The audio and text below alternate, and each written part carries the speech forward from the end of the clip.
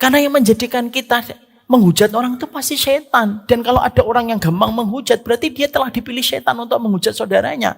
Kalau saya, misalkan ada yang menghujat saya gitu, ada kan mungkin orang yang benci banget sama saya, ketemu saja aja belum pernah. Mungkin, saya nggak tahu. Kadang-kadang mungkin kita ketemu di tanah haram aja nggak mau bertegur sapa, saya juga kadang bingung gitu. Tapi setidaknya saya itu bersyukur. Oh, saya bersyukur. Kenapa? Saya tidak dipilih oleh setan untuk menghujat dirinya. Karena fanatisme ini yang akan menghilangkan keberkahan kita. Ketika kita melupakan salah satu di antara nilainya sunnah. Nilainya sunnah itu apa? Mencintai saudara muslim. Ketika pendosa tidak membenci yang taat, dan ketika yang taat itu tidak melupakan pendosa dalam setiap harapan kebaikannya. Makanya maaf ya Bu, saya kemarin ketika tahun baru selalu saya menulis begini.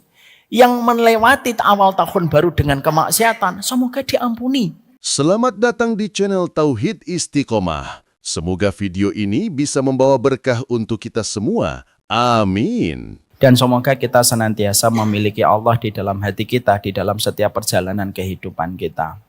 Musuhnya ibu itu bukan siapapun. Musuhnya ibu itu bukanlah suami kita.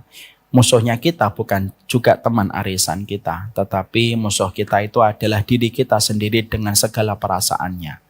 Makanya betul kata Ibnu Umar, seorang wanita itu lebih membutuhkan ilmu daripada laki-laki dalam beberapa sisi. Kenapa seorang wanita itu lebih membutuhkan ilmu daripada laki-laki dalam beberapa sisi? Karena pada dasarnya ibu itu akan menjadi sumber kebaikan di dalam kehidupan satu peradaban.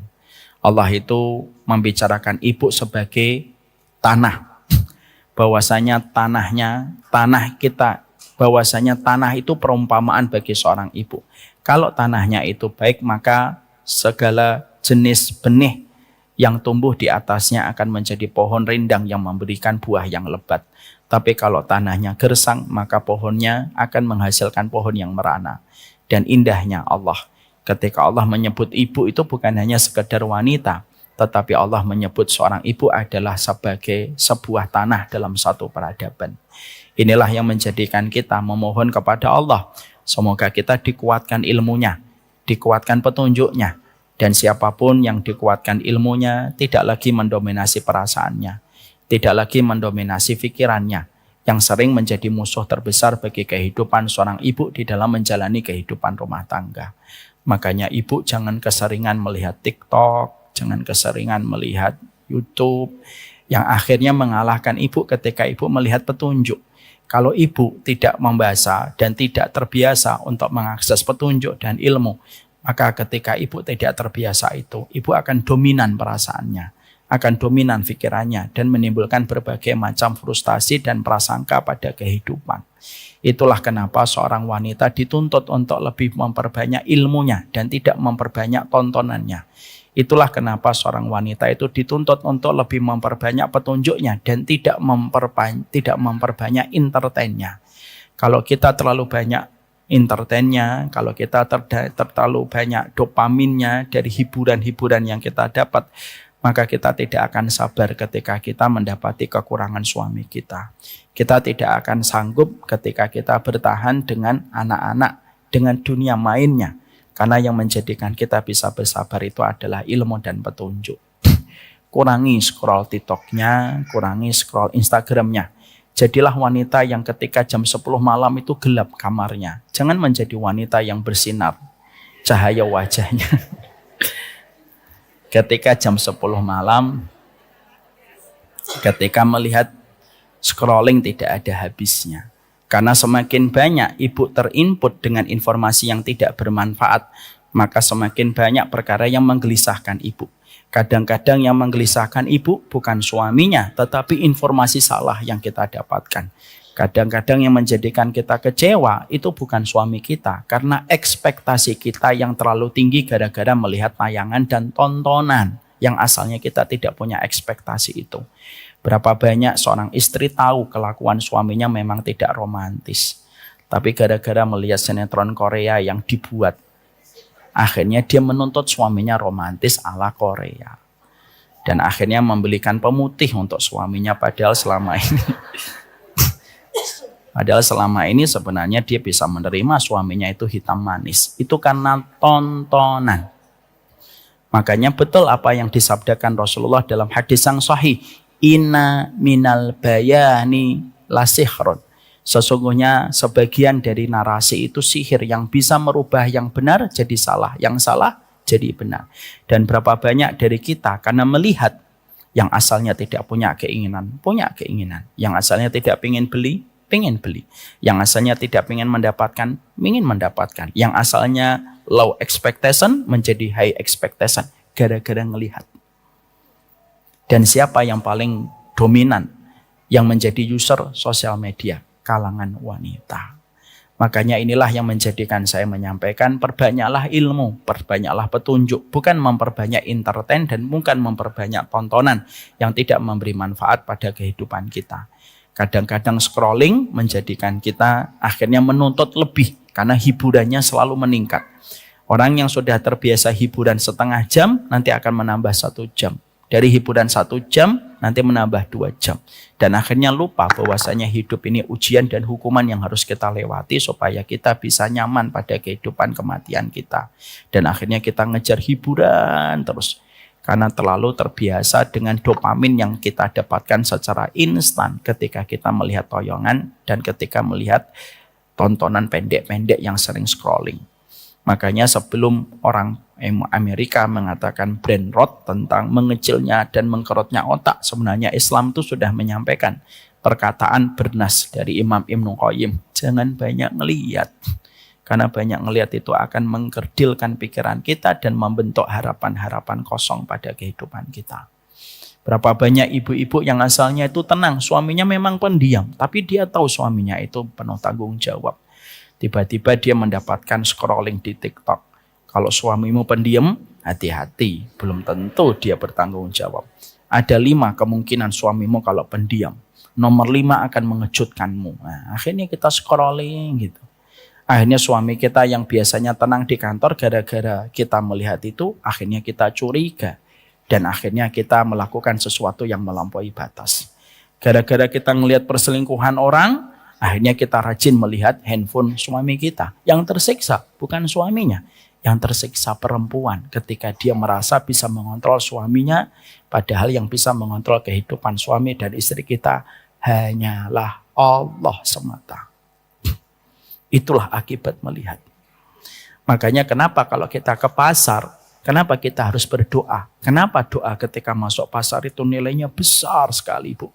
Karena ketika kita berdoa itu, maka setan tidak mampu untuk menghiasi mata kita. Untuk kalap ketika membeli. Karena ketika kita kalap membeli, akibatnya apa? Kita susah sedekah, kita susah zakat, kita punya sebuah angan-angan yang panjang. Hanya karena kita melihat. Makanya ketika kita masuk pasar, kita terkadang membuat list barang yang kita beli itu 20. Tapi kenapa pulangnya ada 45 barang? Ya karena melihat. Makanya kalau masuk pasar harus berdoa. Makanya lapar mata itu lebih berbahaya daripada lapar perut. Makanya kenapa ketika sebelum berbuka, kita pinginnya nasi padang, warteg, mie, semuanya kita beli. Padahal ketika kita minum 1 teguk, hilang semua keinginan. Itulah bahayanya ketika kita punya keinginan, dan keinginan itu alatnya 1. Banyak memandang. Sudahi pandanganmu, kurangi apa yang kamu lihat, insya Allah hati kita akan lebih tenang. Semakin kita tidak tahu yang viral, kita lebih tenang. Tapi semakin banyak kita tahu, semakin kita akan gelisah. Kalau ingin mencari ketenangan, batasi. Cukup yang kita tahu adalah 2. Qala Allah wa qala Rasul. Apa yang dikatakan Allah dan apa yang dikatakan Rasul. Itulah yang menjadikan saya berdoa semoga ibu-ibu senantiasa mendapatkan kebaikan, mendapatkan keberkahan, dikuatkan di dalam perjalanan hidupnya. Dan tidak ada yang mengkuatkan seorang ibu pada perjalanan hidup kecuali adalah hati-hati terhadap pandangan. Kurang-kurangilah untuk melihat segala sesuatu. Maaf ya Bu, tidak semua orang yang membuat konten itu sayang sama ibu. Saya sampaikan lagi. Tidak setiap orang yang membuat konten itu sayang sama ibu. Ketika dia membuat konten bisa jadi hanya untuk engagement yang dia harapkan. Hanya untuk exposure yang dia ingin miliki. Lalu dia menawarkan barang yang dia inginkan. Kalau tidak semua orang yang membuat konten itu sayang sama ibu, kenapa kita harus membuang waktu kita ngeliatin konten-konten itu yang pada dasarnya bukan lahir karena rasa sayangnya kepada kita. Itu yang kita harus pahami. Makanya Rasulullah 1400 tahun yang lalu sudah menyampaikan, inna minal bayani la sihrun. Hati-hati ya, sebagian dari narasi itu adalah sihir. Yang asalnya kamu itu berpikiran yang benar, lalu akhirnya berpikiran salah gara-gara apa yang kamu lihat. Bisa jadi apa yang kamu lihat selama ini salah gara-gara kamu melihat, kamu menganggap itu benar. Hati-hati. Sibuklah dengan petunjuk, sibuklah dengan perkataan Allah dan Rasulnya, selebihnya. Kurang-kurangilah perkara mubah ketika sudah berlebihan. Dan termasuk perkara mubah yang berlebihan itu apa? Tayangan, tontonan, dan entertain yang tidak ada habisnya. Setan itu menggoda kita dengan 6 jebakan. Tidak usah ditulis, nanti aja gampang. Ini masih mukadimah, jadi nggak usah ditulis. Setan itu menjebak kita dengan 6 jebakan. 1, dengan syirik. Kalau kita berhasil melewatinya, digoda dengan 2 perkara yang tidak sesuai dengan petunjuk Nabi Muhammad. Kalau kita selamat, digoda dengan yang ketiga. Kita akan digoda dengan dosa-dosa besar yang kita remehkan. Kalau kita selamat, kita akan digoda dengan yang keempat, dosa-dosa kecil yang diremehkan. Kalau kita selamat, kita disibukkan dalam perkara mubah, tetapi berlebihan. Scrolling, mubah. Tapi tanpa sadar 2 jam kita scrolling. Ketika 2 jam kita scrolling, tiba-tiba anak datang memecah entertain. Ketika kita mendapatkan endorfin itu, anak datang kita marahin. Karena apa? Belum selesai tayangan yang sedang kita lihat. Lalu kita berasumsi untuk mendatangkan alasan ketika marah. Karena tayangan ini penting. Lalu kita menerjemahkan, emang anakmu tidak penting? Itulah perkara mubah yang dijadikan setan sebagai salah satu jebakan untuk menyesatkan manusia. Yang keenam, jebakan setan itu apa? Menyibukkan kita dengan perkara kecil tetapi diluputkan dari perkara besar. Ibu silaturahmi ke banyak teman, pahalanya besar. Tapi ketika ibu berbakti kepada suami, itu jauh lebih besar. Bisa jadi ada orang disibukkan, ketemu teman-temannya, teman arisan sudah, teman orang tua santri sudah, semuanya. Tapi suaminya merana di dalam rumah, tidak mendapatkan kebersamaan dari istrinya. Itu sibuk dari perkara kecil, tapi luput dari perkara besar. Ibu baca Quran, suaminya manggil, nanti dulu. Ini termasuk salah satu jebakan setan. Kenapa? Baca Quran pahalanya agung, tapi dipanggil suami, pahalanya lebih besar. Ibu sholat sunnah, lalu suaminya manggil, Ma, lagi sholat sunnah. Lalu kita marah. Nah, itu artinya apa? Sholat sunnah itu sunnah. Tapi dipanggil suami itu adalah kewajiban. Maka kita fahami, setan itu menggoda kita dengan amalan kecil, tetapi diluputkan dari amalan besar. Itulah 6 jebakan iblis, perkataan dari Imam Ibnu Qayyim ketika menggoda manusia. Ada yang digoda nomor 1, terperosok. Ada yang digoda nomor 2, terperosok. Ada yang digoda nomor 3, 4, terperosok. Ada pula 1, 2, 3, 4 dia selamat, nomor 5-nya tidak selamat. Sibuk dengan perkara mubah. Dengan alasan, kan tidak dosa. Betul, memang tidak dosa. Tapi waktumu habis untuk mengerjakan hobi dan apa yang kamu lakukan itu. Maka semoga kita memahami itu. Semoga Allah senantiasa memberikan kekuatan untuk kita. Semoga di mukadimah ini saya ingin menyampaikan, kurang-kurangilah scrolling, kurang-kurangilah untuk mengentertain otak kita. Akal kita ini berharga sekali. Jangan sampai akal kita menjadi objek dari sesuatu yang hanya menginginkan kita supaya kita hilang kualitas kita dalam kehidupan. Bertemu di ruang makan, yang harusnya kita ketemu meletakkan handphone. Sibuk suaminya ngelihat handphone, istrinya ngelihat handphone, anaknya ngelihat handphone. Terus ngapain makan di luar kalau fungsinya hanya untuk melihat handphone? Perkara mubah, tapi tanpa kita sadari mengambil rahmat pada keluarga kita, merampas komunikasi pada keluarga kita, merampas percakapan dalam keluarga kita. Padahal salah satu bentuk rahmat dalam keluarga itu apa? Obrolan. Itu salah satu bentuk rahmat dalam keluarga. Mana dalilnya Ustadz? Dalilnya bertebaran di dalam Al-Quran ketika para ulama mengatakan, kenapa di dalam Al-Quran itu banyak dialognya antara bapak dengan anak? Karena obrolan itu merupakan salah satu bentuk rahmat pada keluarga. Makanya salah satu nikmatnya nanti kita di surga itu apa? Ngobrol. Makanya perjalanan panjang kalau kita bersama dengan orang yang enak diajak ngobrol itu kan nggak terasa. Ibu ke Surabaya, lalu ibu sama orang yang enak diajak ngobrol. Perjalanan 9 jam ke Surabaya itu terasa cuma 1 jam. Karena apa? Obrolannya enak. Tapi kalau kita ke Bekasi tidak ada teman ngobrol, itu terasa lama sekali. Saya sih insya Allah ada teman obrolan. Tapi saya menyampaikan bahwasanya obrolan itu termasuk salah satu rahmat di dalam kita berkeluarga. Semoga kita jangan sampai terlalu banyak entertain yang akhirnya menghilangkan arti keluarga. Saya mencoba untuk menasihati diri saya sendiri. Ini namanya silent killer, Ibu. Paham? Ini namanya silent killer.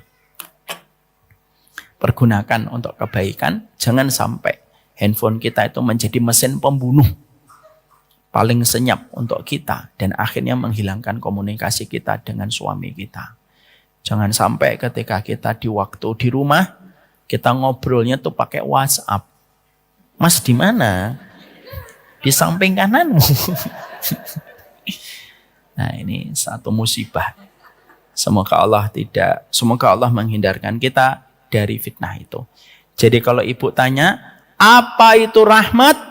Rahmat itu di dalam berkeluarga, kita berkomunikasi yang baik pada kehidupan kita dan keluarga kita. Ya.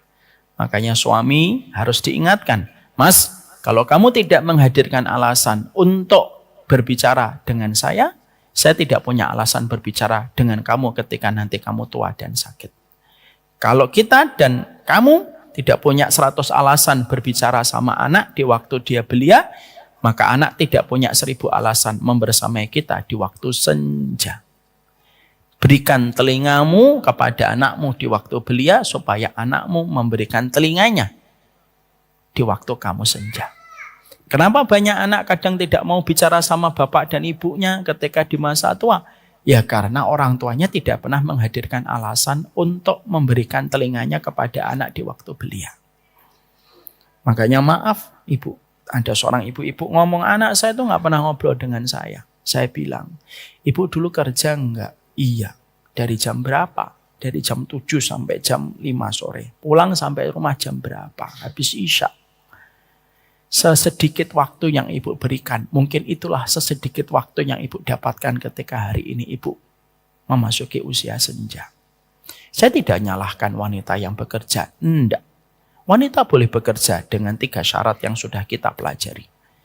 Tapi ada satu yang kita korbankan. Dunia anak kita yang rentan dengan pertanyaan dan sering dengan rasa ingin tahu, hilang. Kalau hilang, dia akan mencari bahasa kasih sayang melalui pembantu yang ibu titipkan kepadanya. Musibah itu kecil. Musibah itu salah satunya apa? Kadang-kadang lekatnya anak kita dengan pembantu lebih besar daripada lekatnya dia dengan ibunya. Itu sudah musibah dalam kehidupan berumah tangga. Ketika kita tidak ada obrolan tiap waktu ketika di dalam rumah, itulah musibah. Itulah hilangnya rahmat pada kehidupan kita berkeluarga. Itulah kenapa Nabi Muhammad tidak pernah mau diganggu habis isya. Nabi Muhammad itu nggak mau diganggu habis isya, Bu. Kenapa Nabi Muhammad tidak mau diganggu habis isya? Karena waktu isya itu merupakan waktu prime time yang beliau berikan untuk istrinya menceritakan seluruh yang dia jumpai di dalam perjalanan 1 hari yang telah dilewati. Nabi dengerin, sempat beliau mendengarkan kisahnya Ibunda Aisyah yang panjang. Beliau dengerin tanpa beliau membantah dan memotong di tengah-tengah.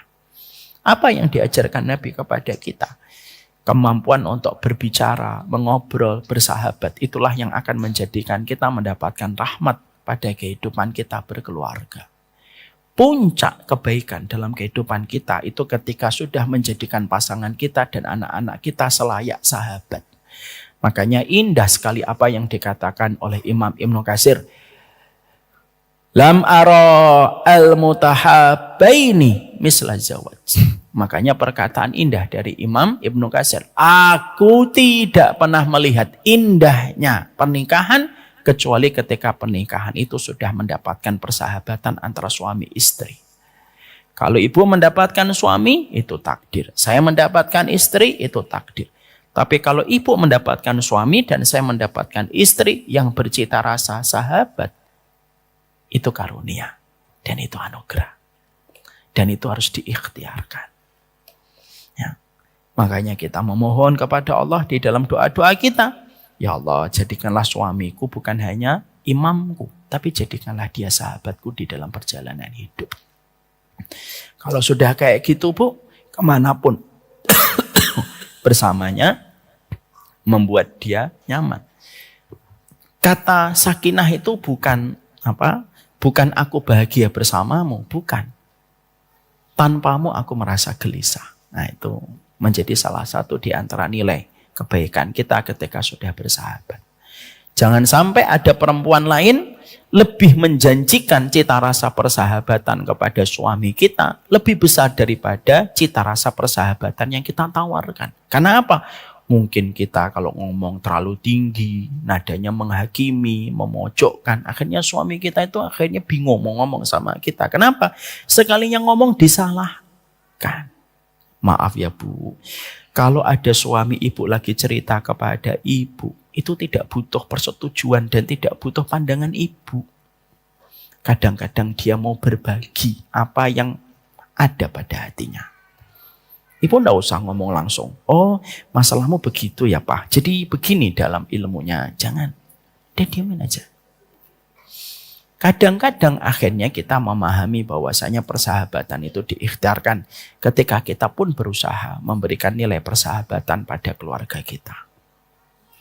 Ya, jangan sampai ada perempuan lebih menjanjikan persahabatan untuk suami kita daripada kita sebagai istrinya. Ibu silahkan bicara. Kalau ibu ingin menyalahkan suami, ada waktunya. Tapi ada waktunya pula berbicara dan mengobrol. Ada waktunya ibu menerima kekurangannya. Ada waktunya ibu lapang dengan kesalahannya dulu. Dan tetap mampu mengelola pembicaraan karena ibu ingat rahmatnya Allah. Walaupun ada saatnya ibu harus mengevaluasi suami.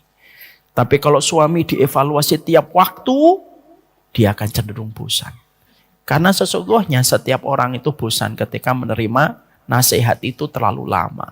Ibu dengar kajian saya 4 jam. Bosan atau tidak bosan? Muntah Ustaz. Nah itu.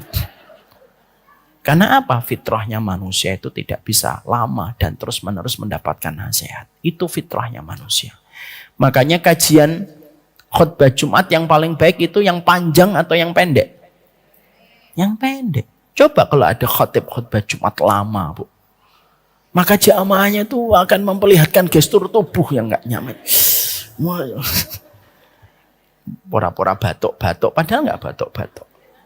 Karena dia bosan. Sama. Kalau ibu melihat seorang suami itu hanyalah soal-soal di pertanyaan ujian yang ibu selalu salahkan ketika ibu menjadi pengujinya. Ini salah ya Mas, ini salah ya Pak, ini salah ya Mas. Tiap waktu. Akhirnya dia akan menutup diri. Dan ketika sudah menutup diri, dia gampang mendapatkan fitnah. Ketika tidak mendapatkan apa yang diharapkan sebagai seorang laki-laki. Sebenarnya laki-laki itu kalau dalam bahasa sunnah cuma butuh 3, Bu. Butuh respect. Respect itu didengarkan omongannya, dihargai setiap ucapannya, dan diberikan appreciate di dalam setiap visinya. Yang kedua urusan makannya. Dan yang ketiga urusan syahwatnya. 3 itu saja. Lakukan karena Allah. Kalau memang ibu sedang kecewa, lakukan karena Allah. Makanya kalau kita pengen bicara sama suami kita, pastikan 3-tiganya sudah terpenuhi ini. Kita memberikan respect. Yang kedua, kita menjaga makanannya sudah tercukupi, tidak dalam kondisi lelah. Kalau dari sahabat wanita Umamah bintul Haris itu nambahin lagi. Tidurnya harus cukup sebelum diajak bicara serius. Dan yang ketiga, urusan syahwatnya sudah terpenuhi. Jangan ibu langsung mikir, laki-laki kayak gitu. Memang begitu laki-laki. Ya. Jadi makanya kalau ada seorang laki-laki lagi lapar, ibu jangan ngomong serius. Gimana, Pak, visi keluarga kita 2030? Lapar ngomong visi 2030. Enggak nyambung sama dia. Enggak akan bisa keterima. Laki-laki lagi lelah, jangan diajak bicara serius, Bu. Kalau lagi lelah, ibu bercanda aja. Lagi kena macet nih, 4 jam gitu. Jangan sampai buka langsung ibu omongin serius. Gini ya, Pak. Qala Allah Ta'ala fil Qur'anil Karim. Enggak akan keterima. Ini berdasarkan sunnah. 3 ini dari perkataan Imam Ahmad disarikan dan perkataan Umamah bintul Haris radhiyallahu anhu. Jaga, berikan respeknya. Yang kedua, jaga makan dan tidurnya. Dan yang ketiga, jaga syahwatnya. Kalau 3 perkara itu nanti insya Allah laki-laki bisa diajak untuk berbicara serius. Semoga Allah menjadikan ibu lapang hatinya. Kenapa? Karena Imam Ibnu Qayyim berkata, kenapa Allah itu kalau bicara tentang wanita di dalam Al-Quran itu selalu kalimatnya adalah wala tahzani, wala tahzani. Jangan sedih, jangan sedih. Karena wanita itu rentan dengan kesedihan terutama ketika mendapatkan sesuatu yang terkadang tidak sesuai dengan harapan. Semoga ibu dijaga hatinya oleh Allah, tidak didominasi dengan kesedihan. Dan semoga unek-unek ibu tentang suami pun harus selesai. Jangan membawa terus unek-unek itu. Sampaikan dengan kata-kata yang baik supaya tidak menjadi sumber penyakit pada kehidupan ibu. Ibu berhak untuk sehat. Karena sesungguhnya anak kita membutuhkan ibu yang sehat daripada ibu yang sakit. Anak-anak kita membutuhkan ibu yang panjang umur. Lebih dibutuhkan anak kita daripada ibu yang meninggal dunia. Banyak ibu yang siap mati untuk anaknya. Tapi pertanyaannya, sudahkah kita siap untuk hidup panjang untuk anak kita? Dan kesehatan seorang ibu itu gimana? Cara dia melihat suaminya itu sangat mempengaruhi kualitas kehidupan seorang ibu.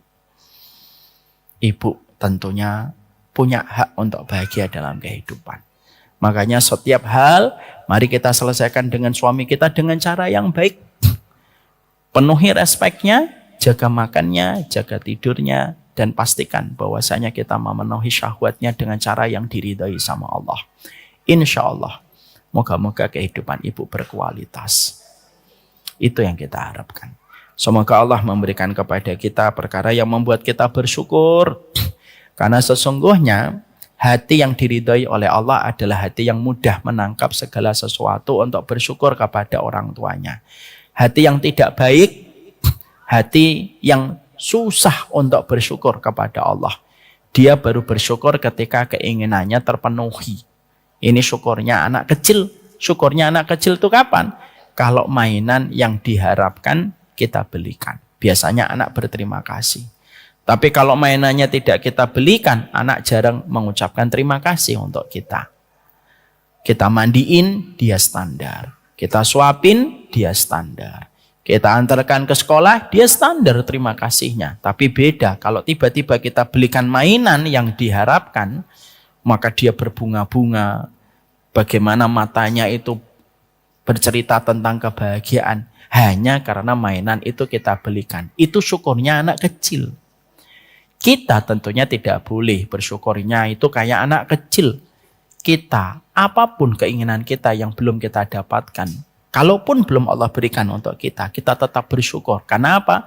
Hidup ini adalah anugerah yang sudah besar kepada kita di dalam perjalanan hidup kita.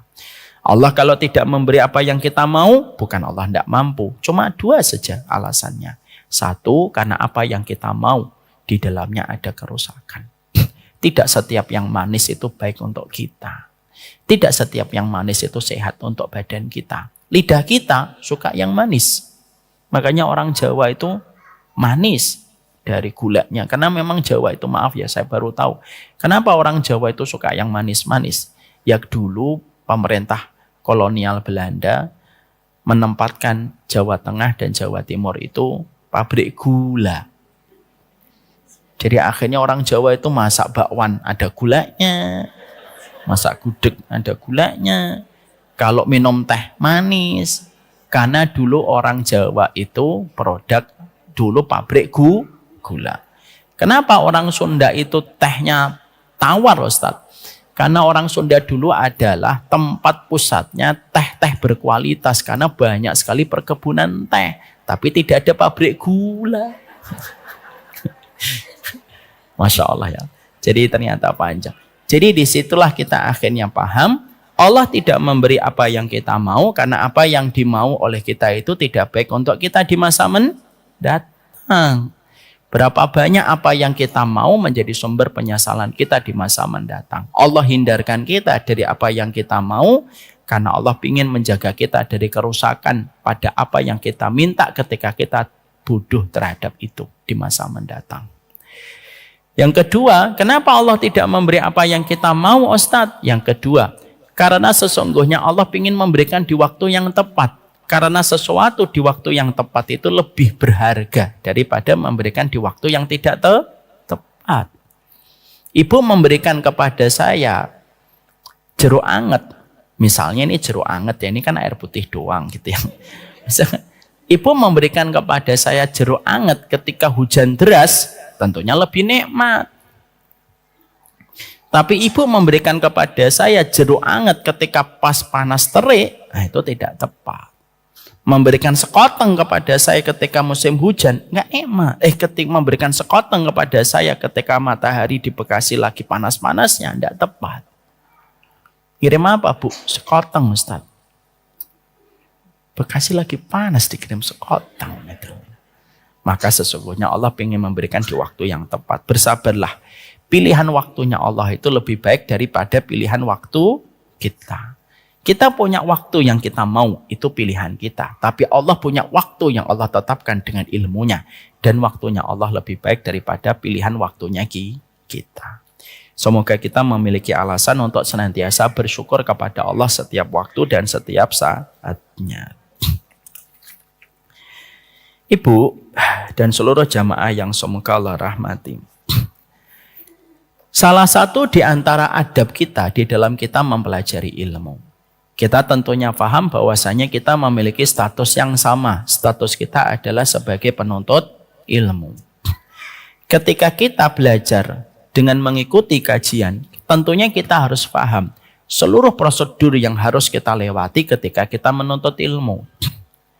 Ketika kita tidak memahami prosedur ketika menuntut ilmu, maka yang terjadi adalah berbagai macam kerusakan di balik setiap ilmu yang kita dapatkan.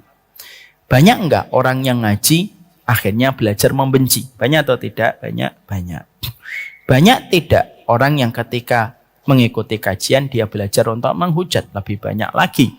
Dan tentunya itu merupakan perkara yang kita hindarkan. Dan merupakan perkara yang kita berlindung darinya. Itulah pentingnya bahwasanya ilmu itu supaya bisa menjadi berkah dalam perjalanan hidup kita. Maka ilmu itu supaya bisa menjadi berkah pada kehidupan kita, kita harus paham prosedurnya itu apa yang harus kita lakukan. Supaya betul-betul ilmu bisa menyelamatkan pada kehidupan kita. Karena ilmu itu netral, tergantung akhlak yang menuntut ilmu. Ilmu itu sebagaimana air hujan, yang dia netral, tergantung hati penuntut ilmu ketika menyerap ilmu itu. Kalau hati penuntut ilmunya kotor karena tidak memahami prosedur, maka ilmu akan menjadi kotor dan menjadi pembenar dari sikapnya yang salah ketika mendapatkan ilmu. Akhirnya ilmu itu menjadi korban. Hanya untuk membenarkan sikapnya yang melampaui batas. Tapi ketika kita sebagai penuntut ilmu memiliki wadah hati yang bersih, maka ilmu akan ditampung di wadah yang bersih dan ilmu akan memberi manfaat untuk kita. Karena apa? Ilmu itu terkadang disampaikan Allah dan Rasul tergantung hati yang menyerapnya.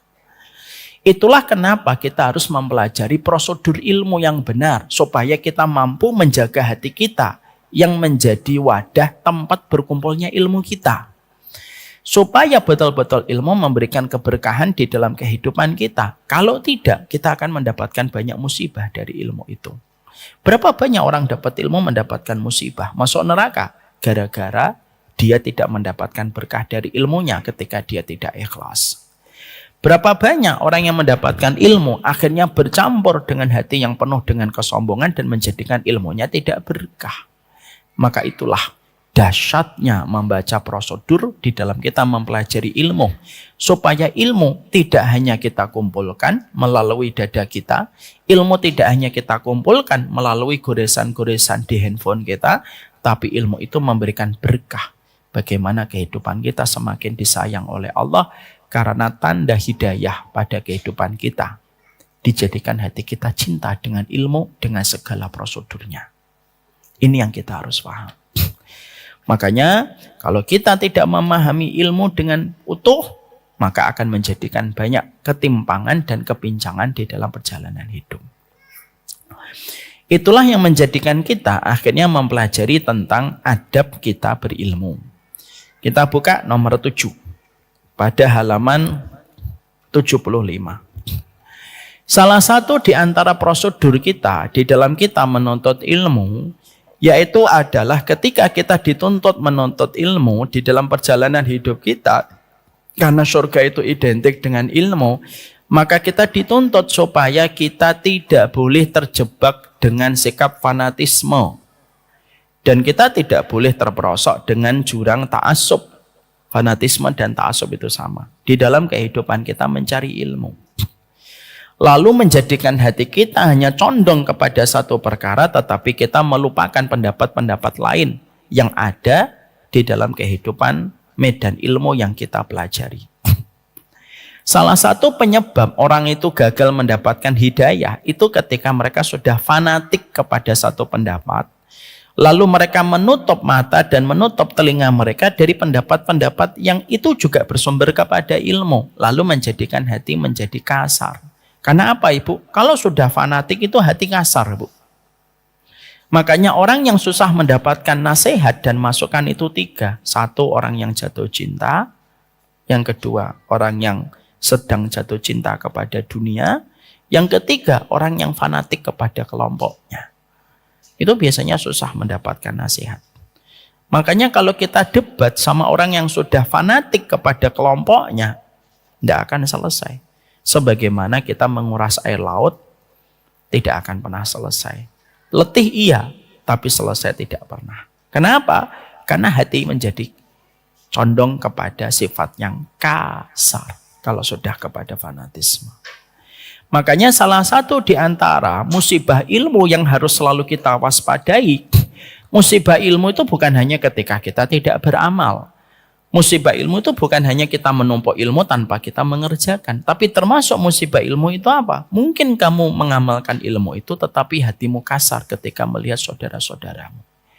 Kamu tidak bisa melihat saudaramu dengan hati yang lapang dengan segala perbedaan yang mungkin diambil oleh saudaramu. Lalu kamu menerjemahkan saudaramu hanya dari sudut perspektif ilmu yang kamu dapatkan. Dan kamu mengukur ukuran ilmunya orang dengan ukuran ilmu yang kamu peroleh. Hatinya sempit, Bu. Kalau sudah sempit, gampang mengkafirkan. Kalau sudah sempit, gampang menyesatkan. Kalau sudah sempit, gampang mensyubhatkan. Dan begitu ringan kalau sudah mencela kehormatan orang lain. Kata Imam Syaukani, tahu Imam Syaukani? Insya Allah tidak tahu. Imam Syaukani, ulama besar. Imam Syaukani itu sekelas Imam Ibnu Katsir. Imam Syaukani berkata di dalam kitabnya Nasrul Jauhar. Banyak orang, dia beramal, dia mengerjakan sunnah. Tapi mudah baginya mencela orang. Mudah baginya menghujat orang. Mudah baginya membenci orang. Walaupun dia melakukan amalan-amalan sunnah.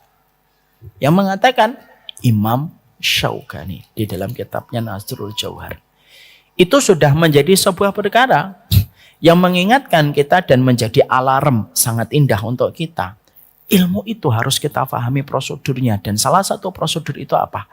Jangan fanatik buta kepada satu pendapat yang kamu ambil. Lalu kamu melupakan dan kamu merendahkan pendapat lain yang tidak kamu ambil di dalam pengamalan masalah kehidupan. Maka inilah pola yang menjadikan kita paham. Orang Yahudi itu menjadi golongan yang dimurkai oleh Allah. Orang Yahudi itu menjadi golongan yang dimurkai oleh Allah. Kenapa? Karena fanatik buta kepada golongannya dan kelompoknya. Masa Ustaz? Iya. Makanya ketika kita membaca Al-Fatihah, ghairil maghdubi alaihim waladhdallin. Siapa yang maghdub? Orang yang dimurkai oleh Allah. Itu orang Yahudi. Kenapa orang Yahudi itu menjadi golongan yang dimurkai oleh Allah? Karena fanatisme kelompoknya yang menjadikan mereka menolak kebenaran. Mana dalilnya? Mari kita buka. Surat Al-Baqarah ayat ke-89. Pun ini ada mic. Baca.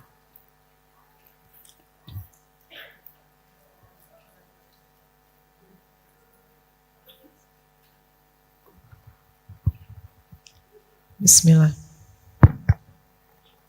Ayat 89 ya Ustaz. Kenapa? 89. Ya, 89 surat Al-Baqarah. Dan setelah sampai kepada mereka kitab Al-Quran dari Allah. Bentar. Walamma ja'ahum kitabum min indillah. Ketika telah datang kitab kepada mereka. Kitab itu apa yang datang kitab di sini? Al-Quran. Kepada mereka. Mereka ini siapa? Orang Yahudi, Bani Israel. Ya. Jadi kita harus paham ya, alur pada ayat ini. Siapa yang menjadi objek pada ayat ini? Yang datang kepada mereka. Mereka ini siapa Ustaz? Orang Quraisy? Bukan. Ini orang Yahudi. Kitab yang dikatakan oleh Allah di awal ayat ini ketika openingnya itu adalah Al-Quran. Paham di sini Bu? Ya. Maka teruskan. Sedangkan sebelumnya mereka memohon kemenangan atas orang-orang kafir. Ya, orang Yahudi Bu, saya sampaikan secara historinya. Sebelum kedatangan Al-Quran, setelah turunnya kitab Taurat, orang Yahudi itu selalu menjadi kelompoknya manusia yang minoritas dan terpinggirkan. Jadi mereka itu diusir di mana-mana, orang Bani Israel ini. Mereka mengalami kekalahan di mana-mana. Maka pada saat itu Allah mengabadikan aspek histori ini di dalam Al-Quran. Mereka itu meminta, yastaftihuna 'alal ladzina kafaru. Mereka itu berkata, ya Allah, turunkan kepada kami Rasul, turunkan kepada kami kitab. Kembali setelah Taurat. Karena mereka yakin kalau turun kepada mereka Rasul dan turun kembali kitab kepada mereka, mereka akan mengalami kejayaan sebagaimana dulu kakek nenek mereka bersama dengan Musa alaihissalam. Paham sampai di sini Bu? Jadi mereka tuh beriman. Mereka beriman betul. Mereka meminta, ya Allah, datangkan itu Rasul, datangkan itu kitab untuk kami lagi. Supaya kami menang di atas orang-orang yang memusuhi kami. Karena memang karena tabiatnya orang Bani Israel, mereka itu menjadi mangsa yang dimusuhi dalam perjalanan sejarah. Maka Allah menyampaikan, wa kanu min qablu yastaftihuna 'alal ladzina kafaru. Mereka meminta kepada Allah supaya mereka dimenangkan di atas orang kafir. Ya, teruskan Ibu. Ternyata setelah sampai kepada mereka apa yang telah mereka ketahui itu, mereka mengingkarinya. Maka laknat Allah lah terhadap orang-orang yang ingkar.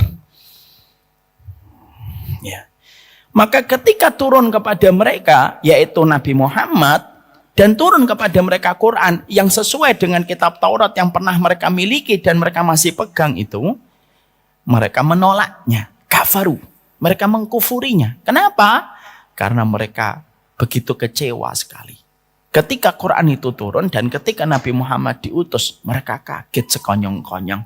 Loh, Muhammad datangnya dari Bani Israel. Muhammad datangnya dari orang Arab. Loh, ternyata Muhammad yang kami baca di dalam kitab Taurat itu bukan datang dari Bani Israel. Karena kecewanya mereka, lu kok tidak datang dari Bani Israel? Walaupun mereka membaca di dalam Quran itu sama, sebagaimana dalam kitab Taurat dalam masalah akidah, mereka tolak. Kenapa? Fanatisme kelompok dan golongan itu menjadikan mereka menolak Nabi Muhammad dan menolak Al-Quran.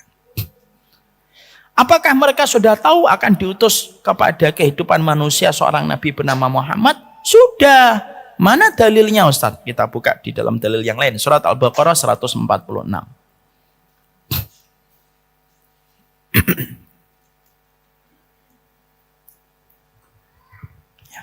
Orang-orang yang telah kami beri kitab Taurat dan Injil mengenalnya Muhammad seperti mereka mengenal anak-anak mereka sendiri. Sesungguhnya sebagian mereka pasti menyembunyikan kebenaran, padahal mereka mengetahuinya. Allah lalu menyampaikan alladzina atainahumul kitaba ya'rifunahu kama ya'rifuna abna'ahum. Allah lalu menyampaikan dan Allah tidak pernah dusta. Surat 89 pada surat Al-Baqarah itu korelasinya pada surat Al-Baqarah 146. Allah lalu menyampaikan sebuah fakta. Ini namanya fun fact. Apa namanya? Fun fact. Ini namanya fun fact. Ternyata orang Yahudi itu mereka tahu bahwasanya ada seorang nabi yang akan menjadi seorang nabi penutup. Namanya Ahmad atau Muhammad. Sudah disebutkan dalam Quran. Sudah disebutkan dalam kitab Taurat. Detail, Bu. Semuanya ada. Cuma satu saja enggak Allah sampaikan di dalam kitab Taurat. Apa? Dia datang dari kalangan orang Arab. Fisiknya, dari tanda belakangnya di sini, fisiknya bagaimana itu semuanya mereka tahu. Makanya ketika Nabi berdagang menuju ke Syam, maka mendapatkan seorang pendeta kan yang mengatakan suruh pulang karena dia tahu di dalam kitab Taurat itu sifatnya sama dengan apa yang dia baca dalam kitab Taurat. Mereka lebih mengenali tentang Nabi Muhammad yang detail diceritakan di dalam kitab Taurat, lebih kenal dengan sifatnya Muhammad daripada mereka mengenal anak mereka. Siapa yang paling mengenal anak? Ibunya dan bapaknya kan. Panunya di mana? Itu yang paling tahu ibunya.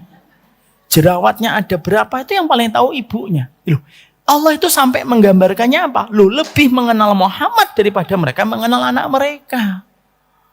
Tapi pertanyaannya, kenapa Bani Israel sudah disampaikan petunjuknya? Ada seorang nabi penutup.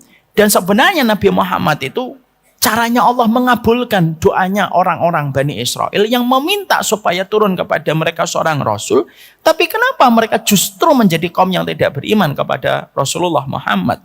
Karena fanatisme ketika mereka kecewa sekali bahwasanya Muhammad tidak datang dari golongan mereka.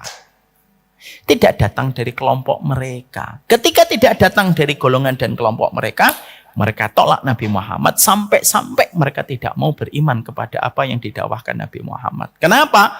Bukan karena mereka tidak mendapati kebenaran. Kebencian mereka kepada golongan lain yang menjadikan mereka menolak kebenaran. Insya Allah. Itulah fanatisme. Makanya kalau ada seseorang sudah ikut kajian lalu membentuk fanatisme kepada dirinya, lalu menstandarkan bahwasanya yang benar itu hanya kelompoknya dan tidak ada mungkin yang salah pada kelompoknya dan menutup kebenaran pada yang lainnya, nah ini sudah tanda-tanda fanatisme. Apa yang terjadi?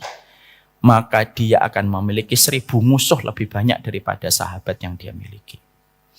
Kalau setan menghadirkan 100 alasan untuk membenci, dia dengan syahwatnya akan menghadirkan 500 alasan untuk membenci saudaranya. Walaupun setan cuma menghadirkan 100 alasan, dia bisa menghadirkan 500 alasan untuk membenci saudaranya. Kenapa? Fanatisme itu menjadikan bahwasanya Bani Israel itu mengalami kesesatan hanya karena fanatisme. Makanya mereka berkata, coba kalau Muhammad itu datang dari Bani Israel. Kalau Muhammad itu datang dari Bani Israel, kami akan beriman kepada Muhammad. Karena apa yang didakwakan Nabi Muhammad itu benar. Sekarang banyak nggak orang ketika dia mendapatkan ilmu, ilmunya sesuai dengan kitabullah dan sunnah, hanya karena yang menyampaikan ilmu ini bukan datang dari circle-nya, mereka nolak. Nggak mau saya.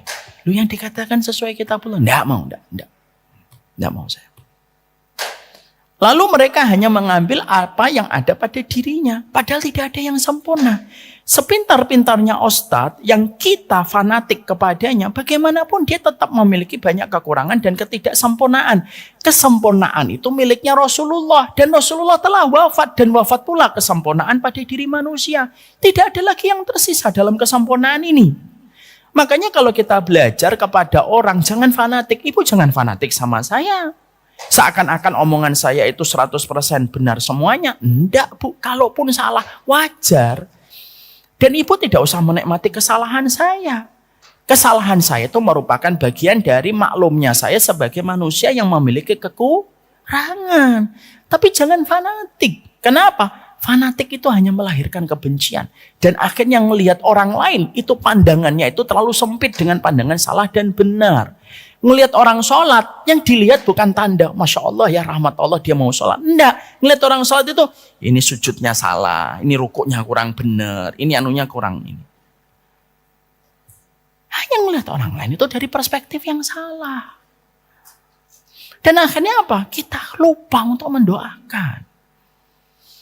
Makanya di dalam Islam itu, Nabi itu tetap mengatakan supaya kita tetap mengambil kebenaran, tapi bukan berarti kita menutup kebenaran itu bisa jadi kita dapatkan dari yang lain. Makanya Nabi itu menjadi contoh terdepan, paling anti fanatik. Ustadz kok mengatakan begitu? Iya. Mana dalilnya kalau Nabi itu anti fanatisme? Oke. Kalau ibu ngeyel, saya datangkan dalil. Dalil yang pertama dalam riwayat Muslim. Pernah membaca? Insya Allah belum pernah. Maka sesungguhnya Nabi Muhammad dalam riwayat Muslim, beliau pernah mendapati Ibunda Aisyah didatangi sama wanita-wanita Yahudi. Ketika Nabi Muhammad datang, wanita Yahudi ini 2 orang meminta izin dari Ibunda Aisyah untuk pergi. Di wajahnya Ibunda Aisyah itu nampak wajah tidak terlalu suka. Ditanya sama baginda Nabi, apa yang dikatakan 2 wanita Yahudi tadi? Iya ya Rasulullah. Mereka datang ke sini ngomong bahwasanya seorang mayat itu disiksa di dalam kuburnya. Saya nggak mau nerima sama sekali omongan mereka. Terus Nabi mengatakan apa? Lah, innamal mayyita yu'adzabuna fi kuburihim. Memang betul wahai Aisyah, yang dikatakan 2 wanita Yahudi itu memang betul. Ada sebagian penghuni kubur yang mereka disiksa karena amalan-amalan penduduk kubur yang mereka kerjakan dulu ketika di dunia. Kalau Nabi itu fanatik, Nabi menutup celah kebenaran itu dan mengatakan, iya memang benar itu. Gak bermanfaat omongannya orang Yahudi. Gitu. Tapi Nabi enggak kayak gitu.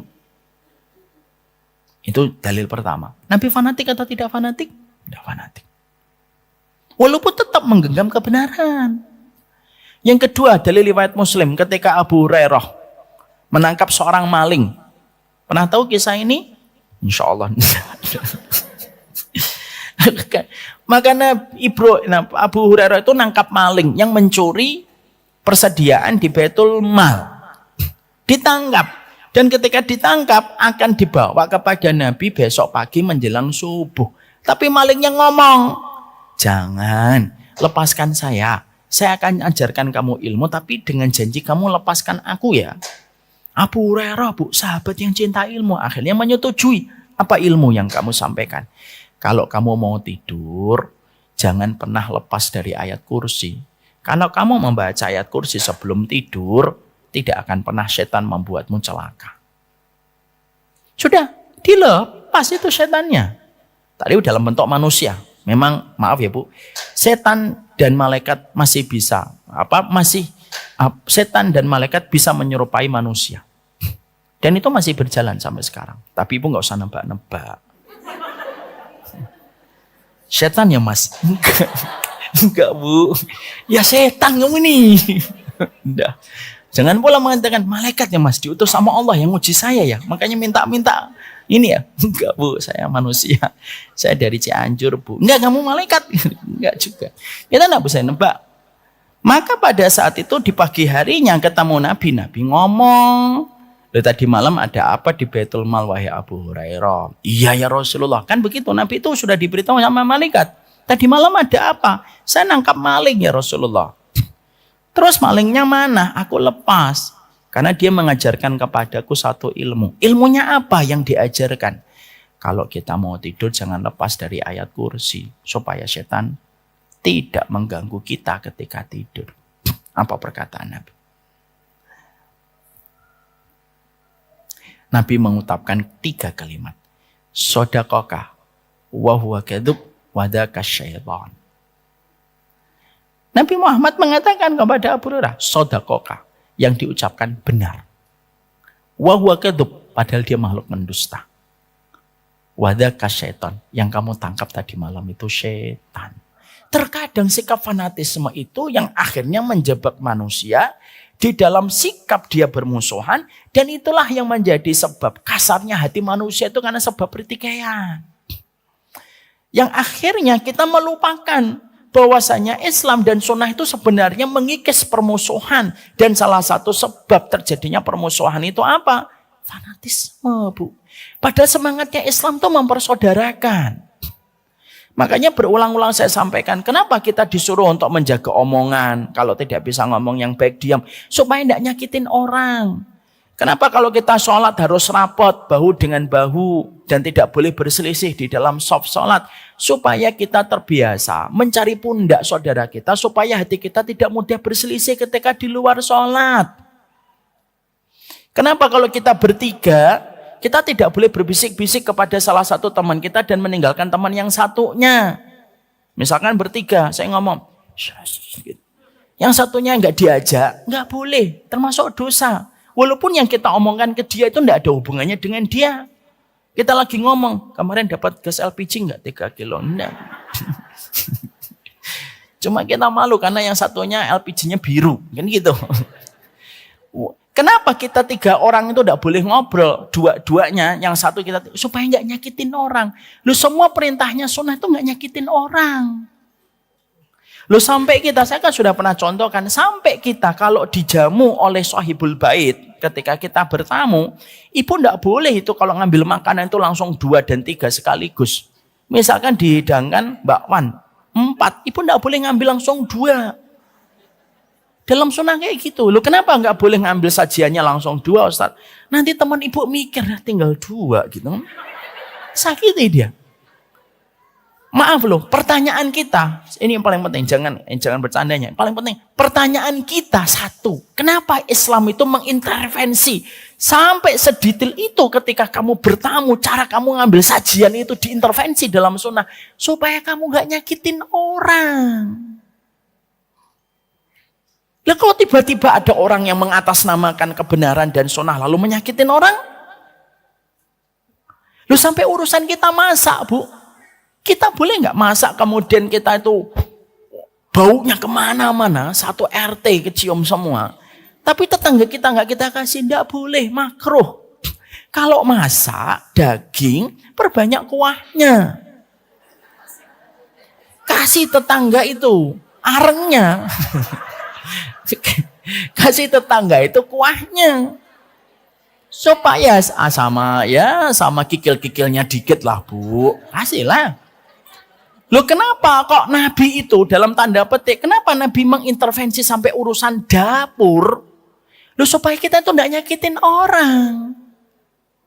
Kalau ibu pikir, oh ternyata sunnah itu bukan hanya sholat yang sesuai sunnah, bukan hanya umrah yang sesuai sunnah.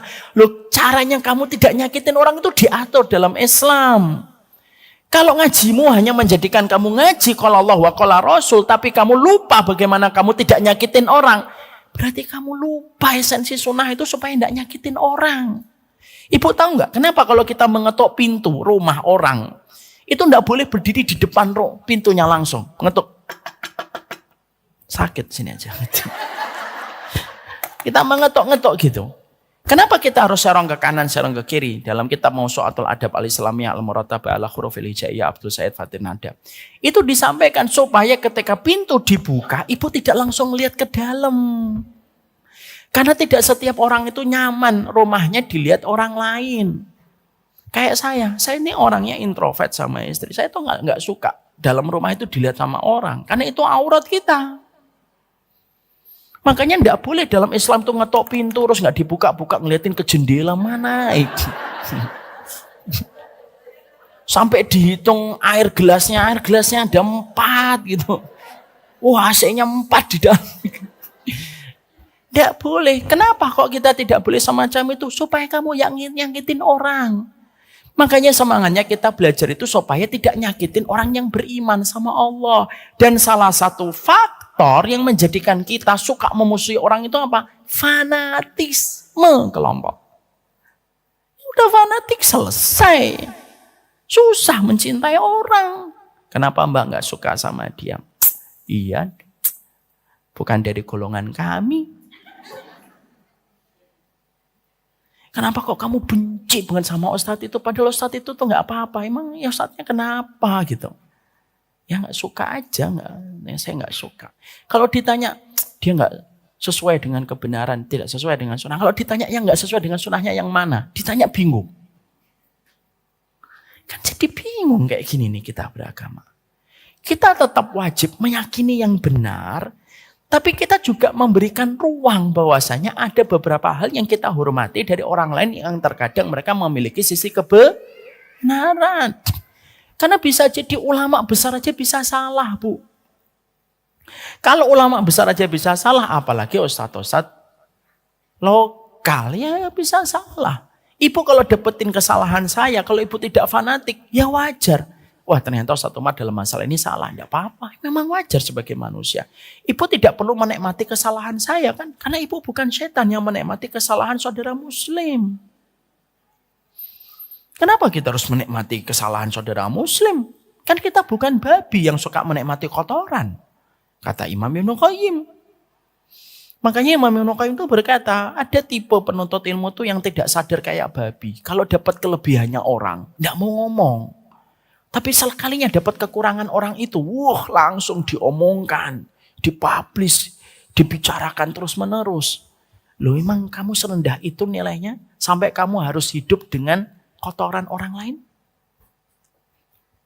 Ada orang yang terkadang membangun dirinya dan membangun hidupnya itu dengan kesalahan orang, Bu. Ada kesalahan orang, dia buat konten. Ada kesalahan orang, buat konten. Kesalahan orang, buat konten. Sebenarnya dia sedang mencari cuan. Lalu dia tidak sadar bahwasanya dia telah dipilih setan untuk menikmati hujatan. Makanya kalau ada teman saya ngomong gitu ya, Ustadz, ini ada orang menghujat saya gini. Saya bilang sama dia, antum bersyukur. Kenapa saya bersyukur Ustadz? Antum tidak dipilih setan untuk menghujat saudaranya. Karena yang menjadikan kita menghujat orang itu pasti setan. Dan kalau ada orang yang gampang menghujat, berarti dia telah dipilih setan untuk menghujat saudaranya. Kalau saya, misalkan ada yang menghujat saya gitu, ada kan mungkin orang yang benci banget sama saya, ketemu saja belum pernah. Mungkin, saya nggak tahu. Kadang-kadang mungkin kita ketemu di tanah haram aja nggak mau bertegur sapa, saya juga kadang bingung gitu. Tapi setidaknya saya itu bersyukur. Oh, saya bersyukur. Kenapa? Saya tidak dipilih oleh setan untuk menghujat dirinya. Karena fanatisme ini yang akan menghilangkan keberkahan kita. Ketika kita melupakan salah satu di antara nilainya sunnah. Nilainya sunnah itu apa? Mencintai saudara muslim. Ketika pendosa tidak membenci yang taat. Dan ketika yang taat itu tidak melupakan pendosa dalam setiap harapan kebaikannya. Makanya maaf ya Bu, saya kemarin ketika tahun baru selalu saya menulis begini. Yang melewati awal tahun baru dengan kemaksiatan, semoga diampuni. Yang melewati awal tahun baru dengan kebaikan dan sunnah, semoga kita diberikan istiqomah. Tanda rahmatnya hati itu apa? Ketika pendosa tidak merasa ditinggalkan, ketika yang merasa taat tidak mudah merendahkan orang. Saya kalau ngelewatin, saya ajarkan sama keluarga saya. Kalau tahun baru, habis isya mati semua lampu. Tidur. Anak saya ngeruweng, belum ngantuk, tidur saya bilang. Beneran ini, tanya sama istri saya. Ya kalau habis isya itu udah kebiasaan kita. Tahun baru tutup, semuanya habis isya. Makannya sebelum maghrib, makan semuanya. Habis isya matikan semuanya. Jam 8, jam 9 udah pada tidur. Kita udah tidur. Tapi bukan berarti saya akhirnya menghujat orang ketika mereka belum paham ilmu. Saya tulis sebuah kata-kata untuk mengingatkan saya. Yang lewatin awal tahun baru dengan maksiat, semoga diampuni. Yang lewatin awal tahun baru dengan kebaikan dan sunnah, dan yakin kepada sunnahnya Rasulullah, semoga istiqomah. Hati yang ruhama itu hati yang mereka saling bisa menikmati. Seluruh prosesnya manusia ketika menuju kepada Allah. Itu yang harus selalu kita bangun. Sehingga melihat orang lain itu bukan tanda benci. Melihat orang lain itu adalah bagian dari kebaikan. Mungkin orang itu masih melakukan kesalahan karena ilmunya dari kita belum nyampe. Ya atau tidak Bu? Bisa jadi ada suami melakukan kesalahan itu karena dia bukan sengaja melakukan kesalahan. Kan ilmunya belum nyampe. Mau diapain? Bahwasanya mungkin dia masih mesra cicet dengan perempuan lain karena kalau di lingkungan kantornya mungkin kayak gitu. Dan dia belum paham bahwasanya itu perkara yang nanti bisa menjadi musibah besar dan bisa menjadi gelombang api yang menghanguskan keluarganya. Dia belum paham ilmu terkadang. Dan itu kita harus memilih sikap yang kita harus miliki di dalam proses kita belajar. Yakini apa yang paling hak dan paling benar menurut apa yang kita pelajari, tapi belajarlah untuk menghargai dan mencintai orang lain. Dan tidak ada yang sempurna, Bu. Yang sempurna hanyalah Rasulullah. Dan wafatnya Nabi sama dengan hilangnya kesempurnaan pada kehidupan manusia. Saya ambilkan contoh nyata. Kalau manusia saja, ulama besar aja bisa salah supaya kita tidak terjebak fanatisme. Karena kalau kita tidak fanatik, ulama salah itu kita menyikapinya dengan tenang. Contoh, saya tanya sama ibu. Boleh nggak menikah seorang wanita tanpa wali? Boleh atau tidak boleh? Siapa yang mengatakan tidak boleh, angkat tangan. Mana ini ragu? Saya ulang kembali. Wanita boleh nggak nikah tanpa wali? Tidak boleh. Angkat tangan. Ya, banyak. Oke, nggak boleh ya. Sekarang saya tanya ibu-ibu, tahu kan Imam Abu Hanifah? Ibu tahu Imam Abu Hanifah? Tahu, ulama besar. Imam Abu Hanifah itu berkata, ketika ditanya, boleh nggak menikah seorang wanita tanpa wali? Boleh. Jangan bisik-bisik dulu. Biarkan saya menyelesaikan kalimat saya. Kenapa? Kata Imam Abu Hanifah, lil mar'ati tasluhu an tatasarraf fi maliha wa kadzalika tasluhu an tatasarraf fi 'irdiha. Ini saya mirip-miripkan suara beliau. Perempuan itu boleh mengelola hartanya. Boleh nggak perempuan mengelola hartanya? Boleh. Misalkan ibu jual. Saya mau jual rumah saya, Ustadz. Oke Bu, berapa? 10 miliar. Oke, saya beli Bu, saya transfer 11 miliar gitu. Sah atau tidak sah jual belinya? Sah atau tidak sah? Sah. Seorang wanita menjual mobilnya sendiri, sah atau tidak sah? Seorang wanita jual skincare-nya, sah atau tidak sah? Skincare-nya itu bisnisnya omsetnya ratusan juta, sah atau tidak sah? Sah. Kalau wanita boleh mengelola hartanya, seharusnya wanita boleh mengelola kehormatannya. Jadi boleh wanita nikah tanpa wali, wahai Imam Abu Hanifah? Boleh. Imam Abu Hanifah ulama kecil atau ulama besar? Besar atau besar banget? Lebih besar daripada Ustadz Lokal Jabodetabek? Ya atau tidak Bu? Imam Abu Hanifah ulama besar. Bahkan Imam Malik aja hormat dan cinta kepada Imam Abu Hanifah. Imam Syafi'i pernah dikirim sama Imam Malik belajar kepada madhabnya Imam Abu Hanifah. Sampai di sini paham? Tapi perkataan Imam Abu Hanifah salah atau benar? Salah atau benar perkataan Imam Abu Hanifah? Yang mengatakan benar angkat tangan? Ada satu.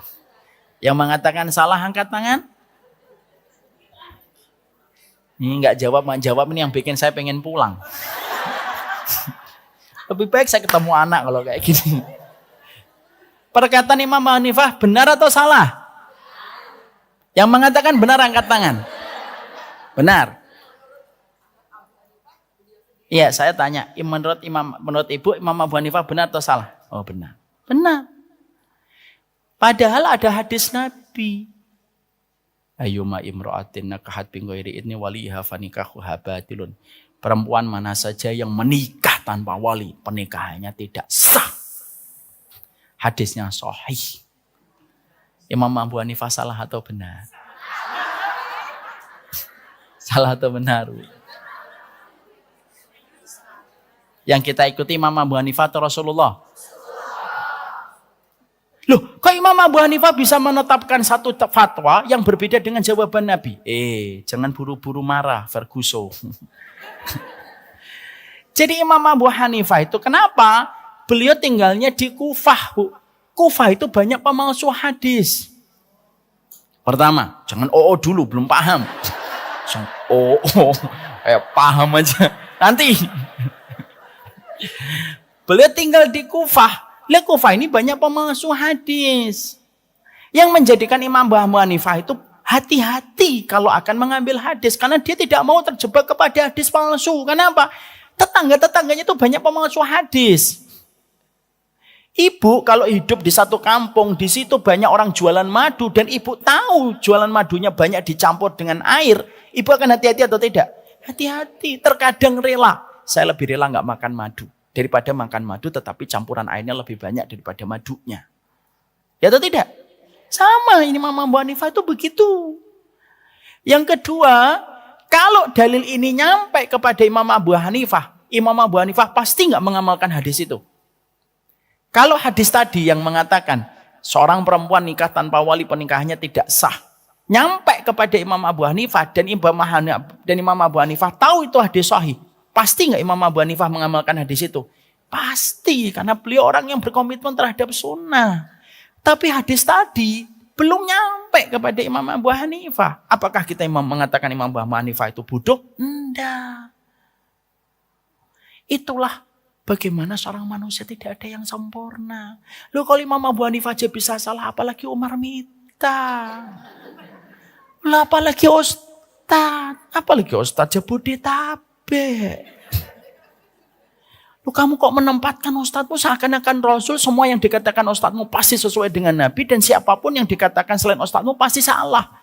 Loh gimana sih cara kita berpikir?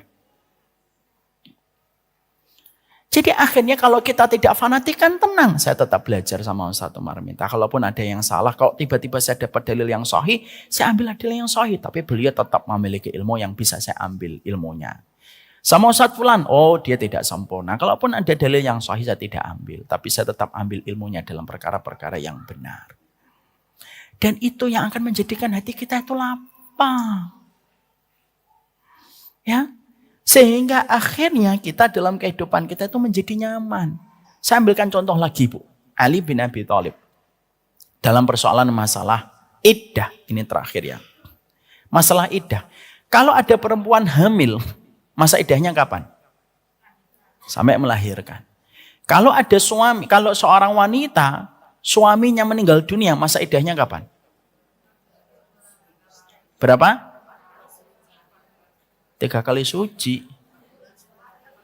Mau istikharah dulu? 4 bulan 10 hari. Pertanyaannya, bagaimana kalau ada wanita, dia hamil, suaminya meninggal dunia? Masa iddahnya gimana? 4 bulan 10 hari atau melahirkan? Jangan jawab, nanti. Kayak paham aja. Kalau ada wanita hamil, suaminya meninggal dunia, pernah ditanyakan kepada Ali bin Abi Thalib. Wahai Ali, kita tahu Ali bin Abi Thalib penduduk surga atau tidak penduduk surga? Penduduk surga. Istrinya penduduk surga? Penduduk surga. Putranya 2 Hasan dan Husain penduduk surga? Penduduk surga. Mertuanya penduduk surga? Pemimpin penduduk surga Muhammad SAW. Ditanyakan kepada sahabat Ali. Ali, ya. Ini ada perempuan hamil suaminya meninggal dunia. Gimana cara menghitung masa iddahnya? Kata Ali. Bi'at walil ajalaini minhuma. Dihitung masa iddah yang lebih panjang. Yang masih tersisa. Kalau ada seorang wanita baru hamil 1 bulan. Suaminya meninggal dunia. Maka sisa yang lebih panjang yang mana? Melahirkan. Masih tersisa berapa? 8 bulan. Berarti masa iddahnya melahirkan. Kalau ada wanita sudah 8 bulan, terus suaminya meninggal dunia, karena kontraksi dijambak kekencengan meninggal. 8 bulan, lalu suaminya meninggal dunia, mana yang tersisa lebih panjang? 4 bulan 10 hari, berarti yang diambil 4 bulan 10 hari. Ini perkataan siapa? Ali bin Abi Thalib. Penduduk surga atau tidak penduduk surga? Penduduk surga, Bu. Tapi apakah perkataan Ali bin Abi Thalib ini benar? Enggak. Loh yang benar gimana Ustaz? Perempuan yang hamil dan ketika suaminya meninggal dunia, masa iddahnya itu melahirkan. Gimana kisah itu terjadi? Ada seorang perempuan, dia itu hamil, tinggal beberapa hari HPL-nya, tiba-tiba suaminya meninggal dunia. Beberapa hari setelah suaminya meninggal dunia, dia melahirkan, Bu. Ketika baru melahirkan, tiba-tiba pintu rumahnya diketuk. Ya, saya melamar dirimu menjadi istriku. Masya Allah, gentle, Bu. Tidak pakai WhatsApp dia. Karena nggak ada WhatsApp. Lalu wanita itu setengah berteriak. Loh, gimana sih kamu melamarku? Suamiku baru meninggal beberapa hari yang lalu. Laki-laki itu punya ilmu. Kan sudah lahir anakmu. Kalau sudah lahir anakmu, kamu sudah halal untuk dilamar sama laki-laki. Perempuan itu berkata, saya tidak menghakimi omonganmu ini sampai aku bertemu dengan Rasulullah. Masya Allah, Ibu. Perempuan dulu itu masalah cinta pun diserahkan kepada Nabi. Padahal masalah cinta. C-I-N. Datang beliau kepada Nabi dan berkata kepada Nabi, ya Nabi, suamiku baru meninggal dunia, engkau tahu? Ya, aku tahu. Baru saja meninggal dunia ya Rasulullah, dan aku baru melahirkan. Tiba-tiba pintu rumahku diketuk seorang laki-laki yang melamarku. Aku terima atau tidak? Ya kalau kamu mau terima, kalau tidak nggak apa-apa. Loh, kan suamiku baru meninggal beberapa hari yang lalu ya Rasulullah. Tapi kan kamu sudah melahirkan. Masa idahmu ketika kamu melahirkan? Paham di sini, Bu? Perkataan Ali beda atau tidak beda? Beda. Kenapa? Karena pada waktu wanita ini nanya kepada baginda Nabi, Ali bin Abi Thalib tidak tahu. Dan kita harus paham kaedahnya, mujtahid, kalau dia benar dapat 2 pahala, kalau dia salah, karena ada sisi yang dia tidak ketahui, walaupun salah tetap dapat 1 pahala, atas kesungguhan dia ketika menjawab satu masalah yang ditampakkan kepadanya. Kalau kita mendapati kasus ini, yang kita ikuti Ali bin Abi Thalib atau Rasulullah? Rasulullah, Bu. Dan disitulah kita belajar untuk tidak fanatik. Loh, kalaulah baginda Ali bin Abi Thalib, kalaulah sahabat Ali yang kita cintai dan kita berharap untuk berkumpul dengan beliau nanti di surga. Kalaulah Imam Abu Hanifah, ulama besar, bisa jatuh dalam kesalahan, apalagi Ustaz. Udah, jangan terlalu fanatik yang menjadikan kamu membenci. Oke, kamu cukup belajar dengan fulan, enggak apa-apa. Tapi jangan menghujat dan membenci setiap orang yang kamu tidak cocok dengannya. Cukup katakan, saya belum mau belajar sama beliau. Insya Allah beliau punya ilmu, tapi saya belum mau belajar sama beliau. Saya mencukupkan ini. Itu perkataan yang lebih baik. Daripada ketika kita mengatakan, Mbak, kenapa Anda ikut ini? Syubhat, bid'ah, wahabi, alul bid'ah, alul syubhat, wahabi, wahabong, semuanya. Akan selesai. Jadi disitulah kita akhirnya memahami tentang perkataan yang harus kita mengerti. Salah satu prosedur kita di dalam kita menuntut ilmu apa? Jangan sampai fanatik buta. Karena itu yang merusak keberkahan pada ilmu yang kita pelajari. Ambil pendapat yang menurut kita paling benar, hormati pendapat yang tidak sama dengan pendapat kita.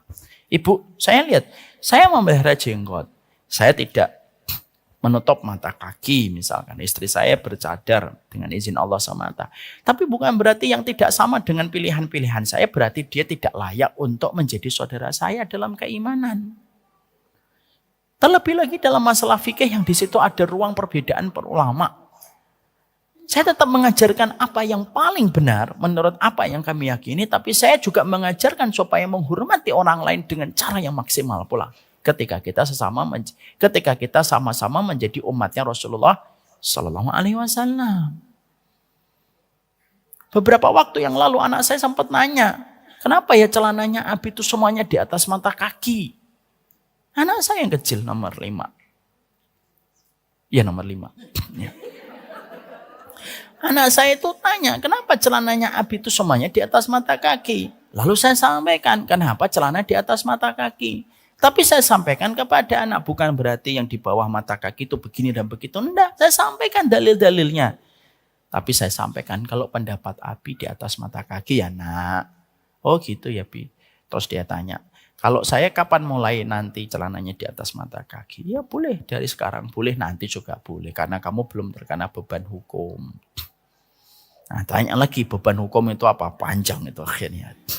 Tapi di situ kita ngajarin apa yang menurut kita yakini tetapi kita mengajarkan anak kita untuk tetap bersaudara. Katakan Bu, kalau misalkan nanti suaminya ibu ngajak anaknya sholat subuh, ada kunutnya, sampein nak yang kunut itu tetap saudara kamu. Dan kamu kalau tetap sholat di belakang mereka, enggak apa-apa. Dan itu harus dari kita orang tuanya Bu. Jangan sampai anak-anak kita ngeliatin kita, orang-orang tua yang hari ini ngaji, sibuk dengan pertengkaran. Lalu akhirnya menjadikan mereka itu a priori dengan pengajian. Gara-gara apa? Terlalu sering melihat pertengkaran ketika orang sibuk ngaji. Makanya kadang-kadang kalau kita ngeliat handphone tuh ya Allah sedih gitu. Bertengkar terus. Kadang-kadang tuh saya pengen banting handphonenya. Tapi ingat harganya gitu. Jadi mikir-mikir. Barakallahu fikum. Ini yang menjadikan kita paham. Nomor 7 itu apa? Prosedur kita di dalam menuntut ilmu. Jangan fanatik. Jangan ta'asub. Supaya kita akhirnya lapang di dalam kehidupan kita ketika kita mencintai saudara kita. Kita tutup dengan surat Al-Fatah ayat yang terakhir. Surat ke-48 ya. Nabi Muhammad adalah utusan Allah, dan orang-orang yang bersama dengannya bersikap keras terhadap orang-orang kafir, tetapi berkasih sayang sesama mereka. Tuh. Jadi Nabi itu disifati oleh Allah dan dipuji oleh Allah karena sifat kasih sayangnya yang besar kepada sesama muslim. Bahkan hanya kepada orang yang melakukan kesalahan pun Nabi itu adalah orang yang paling besar kasih sayangnya. Coba Bu, siapa lagi yang kita contoh kalau bukan Nabi? Itulah yang menjadikan saya mengkritik keras kalau ada orang yang seakan-akan secara tidak langsung itu begini. Semakin kamu membenci orang yang tidak sama denganmu, semakin kamu ngikutin sunnah. Semakin mengikuti Nabi. Semakin kamu itu bermudah-mudahan kepada sesama muslim, berarti kamu tidak mencintai dan tidak mengikuti Nabi. Sejak kapan Nabi itu diidentikan dan menjadi alasan kita untuk membenci saudara sesama muslim? Makanya kalau saya ditanya, bagaimana Ustadz cara untuk mencintai Nabi? Mencintai umatnya. Sebagaimana kita mencintai Nabinya. Semoga Allah berkahi kita. Wassalamualaikum warahmatullahi wabarakatuh. Tidak ada pertanyaan, tidak ada insya-Allah. Karena sudah menjelang duhur, semoga Allah memberkahi setiap langkah kita dalam kebaikan kita dan memberikan petunjuk dalam setiap perjalanan hidup kita. Ini yang dapat saya sampaikan. Semoga ibu-ibu yang sedang mendapatkan masalah, semoga dicarikan jalan keluarnya. Semoga pola yang sedang mendapatkan hutang dibayarkan hutangnya. Semoga yang hatinya sedang berjauhan didekatkan kembali hatinya oleh Allah.